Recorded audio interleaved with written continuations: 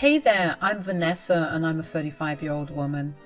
Today I want to talk to you about my lying, cheating ex-husband and how I managed to shut down his dreams without him ever figuring out that it was me who did it. Let me begin by introducing you to my ex-husband, Alec. Alec and I met at a bar. There was some event happening and we got to talking with each other. We exchanged phone numbers, which led to us going on a few dates before making the relationship official. Alec and I had good chemistry. Alec was kind and caring, and he had a great sense of humor. I loved that he took things a little cooler than I did, and I always thought that it provided us with the perfect balance. We dated for around 2 years before deciding that we wanted to get married. After we got married, I got quite a large amount of money from my grandparents. I already had a savings account, so it went in there. This savings account existed only because I believed it was better to have at least something to fall back on in case of an emergency. The last thing I'd want is to be stranded with no help whatsoever. I didn't tell anyone about the savings I had. I started saving money when I was 18 and I opened the account all on my own. But I had to tell Alex about these savings when I got the money from my grandparents because he would not stop making plans for how we could spend all the money. I wouldn't have minded spending that money on something we actually needed, but Alec wanted to spend it on buying another car or on moving to a better place. These were just luxuries he wanted and not needed. When Alec found out about my savings, he got upset that I had never told him about the account, but eventually agreed that it was my money and I got to do with it whatever I wanted. Alec stopped bringing up my savings and that was it, or so I thought. About a year into our marriage, Alec's friends came to our town and he went out drinking with them. I didn't mind that, but what I did mind was the fact that Alec began behaving differently after that. Suddenly, he was a lot more quiet and he barely paid me any attention. Every time I tried to talk to him about his behavior, he would brush me off. So eventually, I decided to just give him his space and hope that he would just come to me on his own. Thankfully, he did. Something's been on my mind and I need to talk to you about it. Oh, what is it? Remember how I went to meet some of my friends 2 weeks ago? Yes, you've been different ever since that night. Well, my friends and I got to talking about our dreams and how far we've gotten with achieving them. Oh, that's nice. What was your dream? This is kind of embarrassing, but I've always wanted to own my own restaurant. Really? I don't think that's embarrassing at all. Really? You think so? Yeah, I mean, if I had the management skills, I'd want to open my own restaurant as well. Yeah, well, I think I do, and I really want to get started on making that dream a reality. That's great, but how do you plan on funding it? That's where I hoped you'd help me. What do you mean? It's just that all my friends are at least somewhere on their way to achieving their dreams. I'm the only one that hasn't begun to work on it. But I can't even be upset with myself about it because I never had the money to invest in it. So I was wondering if you'd be willing to invest in me. Alec, do you have a plan in mind? Do you have any projections of how you expect the business to run? No, but does that matter? Of course it does. I can't blindly invest in you. Why not? I'm your husband and you have a huge amount of savings. Just because you're my husband and I have money, it doesn't mean that I should just spend all that money on something that I don't even know will succeed. Are you trying to tell me that you don't believe in me at all? I'm not. All I'm asking is that you give me a concrete plan to invest in. I don't want to invest in literally an idea. So if I come up with a good business plan, you'll invest in my business? It will definitely raise the chances of that happening. But that's enough about that for now. How about we eat dinner? Alec was upset that I wasn't readily accepting to spend my money on him. But what was I supposed to do? These are large amounts of money that I can't afford to lose. Not to mention, I saw the way that Alex spends his money. He has absolutely no care in the world when it comes to money. That is why his parents cut him off financially and he was broke at the end of each month, despite making a little more money than me. Alec was curt with me for the next 6 months. It hurt to see that Alec didn't see where I was coming from and that he was willing to treat me differently just because I didn't want to spend money on his dream. But 6 months later, Alec came up to me with a business plan. He planned to open up a pizzeria and planned to make it a fancy, family-style dine-in area. I was impressed, although I didn't think it was still a good idea. So when Alec asked me how I liked the plan, I told him as such. How do you like the plan? It's not bad, but I don't know if it's smart to invest right now. What do you mean? Weren't we just talking about having kids? I was kind of hoping to use the money I have as a fallback for our kids. You're valuing our non-existent kids over my dreams? I'm just being logical about this. Besides, a lot of your projections seem like a stretch. And our locality has enough pizzerias. It'll take you a while to break even. Look, I'm just trying to do the best with what I can. I'll expand the menus and find the best sellers to source my ingredients. I promise I'll make it work. I believe you, I do, but this just seems a bit much, no? Why don't we wait a bit and we'll make that decision? Do you not believe in me? Why are you not investing in me? I do believe in you. I just don't think this is a smart decision. How is it not a smart decision? You have no experience in the restaurant business. You've never been around people that have their own restaurants. Maybe you should try and get some hands-on experience first. This just seems like you're coming up with stupid reasons to not invest. If you don't want to invest, just say it outright. It's not that. It's just a large amount of money for me to invest in something that may not be as successful as you hope. But isn't that what we're supposed to do as spouses? We support each other no matter what. Sure, but that does not mean that I support you when you do something wrong, right? So you think what I dream of is wrong? You're twisting my words. I love you and I want to support everything you want to do. But I can't do that if it means that we're jeopardizing our future. The money in my savings could be used as a fallback if either of us begins struggling. It could be a part of a college fund for our children. The point is, that's a large amount and I'm just not comfortable with using it to fund your business. What if I gave you shares in it? I expect to have shares if I'm going to invest. You know what? Why don't you give me some time to think about this? Please, this would make me so incredibly happy and I promise that I will not make you regret it. Okay, then let me draw up the contracts and we'll figure it out from there. So you'll do it? I might. Let's just see how things go with the paperwork. I felt like I was making a horrible decision, like my gut was screaming at me not to invest in him. Not because I didn't love him, but because he had no idea what he was doing. But at the same time, he was my husband and I loved him. I wanted to support him in every way that I could. I also knew that I couldn't do that at the cost of myself.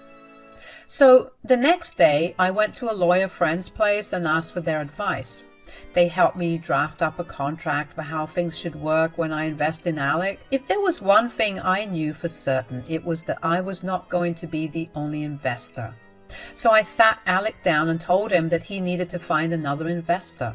He told me that he spoke with his parents and they'll be willing to have some stake in the business. I was glad that it got out of the way. We worked on all the legal aspects and I made sure that none of my terms had any loopholes that could be exploited. I know I sound like I never trusted Alec to begin with, but the truth is, I've seen how business changes people. It's happened in my family and the last thing I'd want is to be screwed over if things go south. Anyways, after we signed our contracts, we found a place that we could buy to set the restaurant up. Over the next year, there were renovations and a lot of research on suppliers and employees. Eventually, we had a grand opening of the restaurant and it was gorgeous. I actually was hopeful that things would go according to plan. The business did well for exactly 10 months before things started to go south. Alex stopped paying as much attention to things. The food coming out of the kitchen always tasted bad, and the customer service was terrible. Even though I wanted no part in the business, I wanted Alec to still have his dream, and I didn't want any of my money to go to waste. So I stepped in and took over. I did everything except for the cooking of the food. I cleaned the kitchen, did the admin work, did the accounts, was the HR, managed the front of the house, managed the kitchen, you name it. I did it. And I juggled that with my day job. I was being stretched absolutely thin. Alec and I began to fight a lot as well. I would get so mad at him for not doing anything in his own restaurant, and he would always tell me that he was having a rough time mentally. Eventually, I just gave up and waited for him to feel better or until I broke even so I could sell the place and move on. One day, I came back home early because I wasn't feeling all too well. The stress was catching up to me and I just needed to rest. But when I entered the house, I could hear the sounds of a woman coming from our bedroom. My heart shattered when I opened the door and saw my husband in our bed, sleeping with the waitress in our restaurant. She squealed when she saw me and ran into our bedroom. Before I could help myself, I asked Alec what was going on. "What is this?" Hey, this is a bit awkward. You're cheating on me? With your employee, no less? She was there for me when you weren't. When was I not there for you, Alec? When? I mean, you have to admit that you've been a bit absent as of late. Yes, because I've been busy managing your restaurant. I did all of that only for you to cheat on me with someone who works for you at a restaurant that I paid for. Well, what do you expect? When you're not there to satisfy me, I'm bound to find satisfaction elsewhere. Is that how it is? You found satisfaction in a woman who's 10 years younger than you? You were just as pretty when you were younger. You just let yourself go recently. Are you actually being serious right now? All I'm saying is that you can't blame me for what happened. You should have been the one that looked after me too. You neglected me, and I found attention where I could. I'm not your mother. Why am I responsible for looking after you? You're a grown man. Do you really see no wrong in what you did? I may be a grown man, but I am a man that has needs. Needs which you weren't meeting. You can't pin the blame on me. That's absolutely crazy. Do you even care that you ruined our relationship? I mean, kind of. Kind of? Kind of?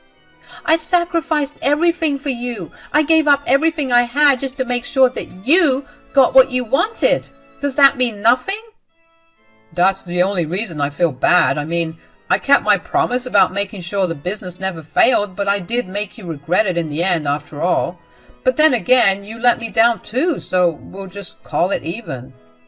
How is that even close to things being even?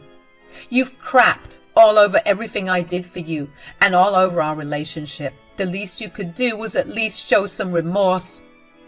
I would love to feel some remorse, I do, but I guess that I've lost feelings. And I believe I deserve better than this. I just did what I had to do. You couldn't have had this conversation with me before cheating on me? Did you have to break my heart this way?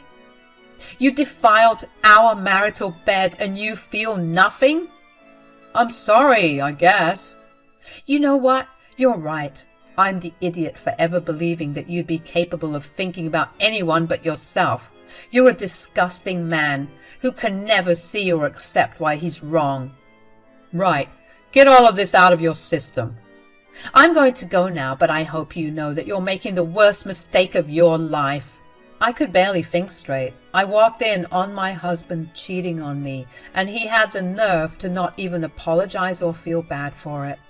He tried to lob it off on me, and for a second, I actually did feel like I was the one at fault.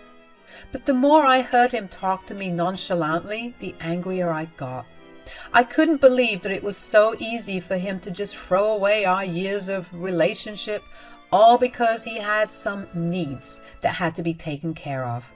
The excuse is also just so pathetic. None of the men in my life had ever cheated on their wives because their needs weren't being met. I rushed out of the house with a bag full of my clothes and some essentials, got in my car and drove away. I didn't know where I was going, but all I knew was that I was going to go as far away as possible from Alec. I ended up driving around the city for about an hour before finally going to stay with my parents. They welcomed me with open arms and gave me a shoulder to cry on. They were very upset that Alec cheated on me and didn't even feel sorry about it. They wanted to have a word with him, but I knew from experience that it would go nowhere. The only place it could go was my dad giving Alec a black eye. But thinking about my dad hitting Alec, I suddenly had an idea. I knew the perfect way to get rid of him. Since I owned half of the company and his parents the other half, I decided to sell my part of it. I knew all about the ins and outs of the restaurant. I knew that Alec wasn't correctly recording the figures just so he could bypass some fees and taxes. The best time to strike would be now because I'd get my money back in full. Alec's parents were more than happy to buy out my share. They had no idea about what was happening, and I didn't want to be the one that broke it to them.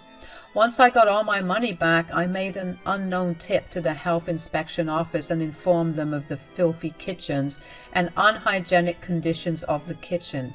I knew for a fact that if it wasn't for me, that place would be infested with all sorts of things, and mold would be growing wherever it could. The last thing I ever wanted to do for Alec after he showed no remorse or guilt was let him enjoy the fruits of my labor. I was going to make him pay. In the meantime, Alec signed for a divorce and we decided to have everything split equally. I signed the divorce papers and I was officially done. About a week after I called in the tip, I finally got some news, and the news came to me from none other than Alec. I ignored his calls initially, but then I gave in and picked up. "Vanessa, hi. Don't hang up on me right now." "Why shouldn't I?"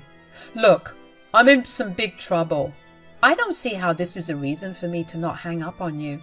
"Please, just hear me out." "I'm giving you 5 minutes. Make it quick." "I was not at the restaurant today, and I got a call around noon that the health inspectors had come to visit the restaurant based on an anonymous tip. Ooh, I bet that the state of the kitchen was definitely not okay in their eyes." "It wasn't. And I should have listened to you, not to mention I hadn't been reporting the correct income, so I got slapped with fraud too." "I would say that I was surprised by your actions, but you really showed me that you were capable of anything." "You don't have to keep beating down on me. I already feel like crap." "I still don't see why I needed to get a call about this." "I wanted to tell you that the restaurant is getting shut down because there were just too many health code violations. I have no money to my name. I'm flat out broke. I need your help." "Hard pass." "What? You can't just say hard pass and go." "Alec, name one good reason why I should even consider helping you." "We were together for 6 years. You knew me better than anyone else. Don't you feel even an ounce of sympathy for me?" "I thought I knew you, but I didn't. I think that was abundantly clear. I have no sympathy for you whatsoever because, like I told you last time, I find you disgusting. Besides, this is all your fault anyway."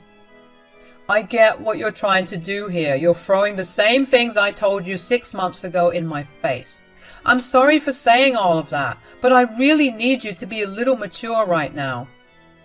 "I'm very mature right now. If I wasn't, I wouldn't have stuck around to listen to the rest of your sob story." "How are you not freaking out? You invested in my business and you're going to lose a lot of money." "Oh, sweetie, I sold my shares to your parents who were more than happy to buy off your entire company." "You did what?" "Yeah, I didn't want any ties with you at all." "They're going to be so mad. What have you done? You have to help me out now." "I don't have to do anything for you because I don't care about you. You are nobody to me anymore. I wish you nothing but luck with figuring out where to go from here on. Bye." I couldn't believe that not only had my plan worked, but Alec had no idea that it was me who orchestrated the entire thing. Not to mention his parents are real sticklers about their money. They get very upset when they feel like they've lost money, and in this case, they've lost hundreds of thousands. I felt bad for them, but I also knew that they could afford a loss like that.